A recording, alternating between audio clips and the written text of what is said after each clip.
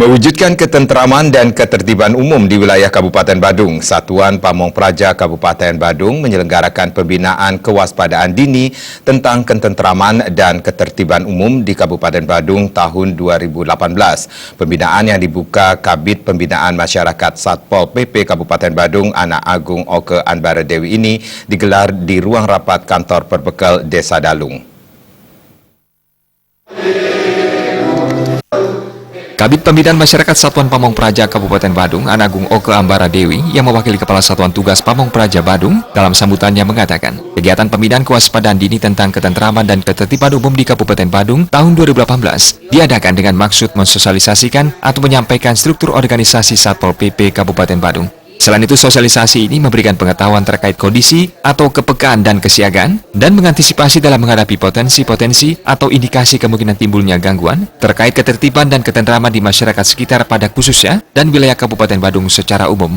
Anbara Dewi yang didampingi Kasih Kewaspadaan Dini, Ketut Suwardipe menambahkan, kegiatan ini lebih bertujuan melakukan pencegahan sedini mungkin terjadinya pelanggaran terkait isi peraturan daerah Kabupaten Badung nomor 7 tahun 2016 tentang ketentraman dan ketertiban umum.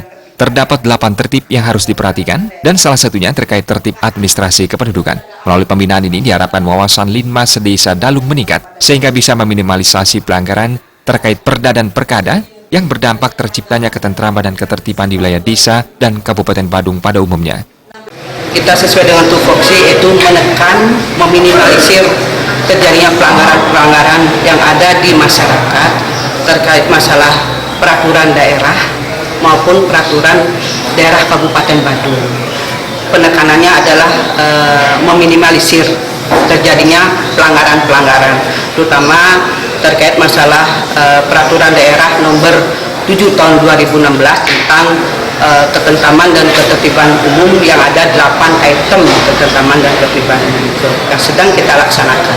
Itu antara lain masalah tertib kependudukan.